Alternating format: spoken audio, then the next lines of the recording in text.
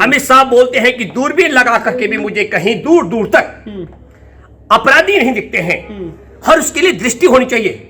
दूरबीन की जरूरत नहीं थी। उसी मंच पर 3 अक्टूबर को किसानों का नरसंहार कराने वाला गृह राज्य मंत्री 120 में जो बुक है अजय मिश्रा खड़ा था साथ में, लेकिन वो अमित शाह को नजर नहीं आ रहा था। अमित शाह को नजर नहीं आया। हाँ, पहली बात तो मैं ये कहना चाहता हूं कि गृह मंत्री की जो भाषा थी वो देश के अंदर नफरत फैलाने की भाषा है। ईमानदारी के साथ में अगर आप में से कहें, देखिए पहले आप 3-4 बातें एक साथ करते फिर आते इस पर। आप देखें कि उत्तर जिस समय त्रिपुरा में मस्जिदों पर हमले हो रहे हैं, चुन चुन करके मुसलमानों की संपत्तियों को जलाया जा रहा हो, उस वक्त 2 बड़ी घटना होती है। हमारे देश का गृह मंत्री, हमारे देश में भाजपा का नेता के अलावा गृह मंत्री भी, उसका जिम्मेदारी था कि त्रिपुरा का उस पूरे मुसलमानों पर जो हमले हो रहे हैं उसको रुकवाने की जिम्मेदारी थी। नहीं मानती है सरकार, अगर नहीं कर रही है तो उस सरकार को मैं कहता हूं राष्ट्रपति शासन लगाने की जरूरत थी। आप कह रहे फेल हो गई सरकार। हाँ। और दूसरा, नरेंद्र मोदी उड़न खटोला पकड़ के विदेश चले जाते हैं इटली। हाँ। इस पूरी प्रक्रिया में आप समझिए कि उत्तर प्रदेश में जो भाषण था अमित शाह का, अमित शाह बोलते हैं कि दूरबीन लगा करके भी मुझे कहीं दूर दूर तक अपराधी नहीं दिखते हैं और उसके लिए दृष्टि होनी चाहिए।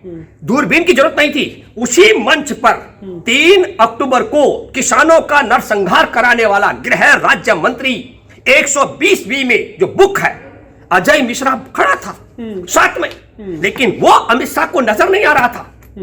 अमित शाह को नजर नहीं आया। हाथरस की बेटी, जिस बेटी का बलात्कार करने से पहले उसकी जुबान काटी गई थी, कमर की हड्डी तोड़ी गई थी, और आपको मालूम वो कह रहे हैं कि सपा और बसपा से उन्होंने तुलना की। वो कह रहे हैं उससे हालात बेहतर है। बसपा के काल में एक भी सपा बसपा के राज में ऐसा कोई उदाहरण दे दे अमित शाह, मैं मान जाऊं। हाँ। जिसके अंदर पहले जुबान काटी गई हो, कमर की हड्डी तोड़ी गई हो, गैंग रेप किया गया हो और उसके बाद में उसको उपचार न कराया गया हो। हाँ। और जानबूझ करके ऐसे, अरे भाई एक बात बताइए, आपने उसको एम्स में कब ट्रांसफर रेफर किया? हाँ। और एम्स में आपने उसको बेड नहीं दिया, सफदरजंग में हत्या करवाई और आपने उसके 100 को ठिकाने लगवाया देर रात को। एक उदाहरण अमित शाह बता दे मुझे, मैं मान जाऊं। पहली घटना। दूसरी, इन्हीं का एक एमएलए है कुलदीप सेंगर, उसने अपनी सगी चचेरी बहन के साथ बलात्कार किया।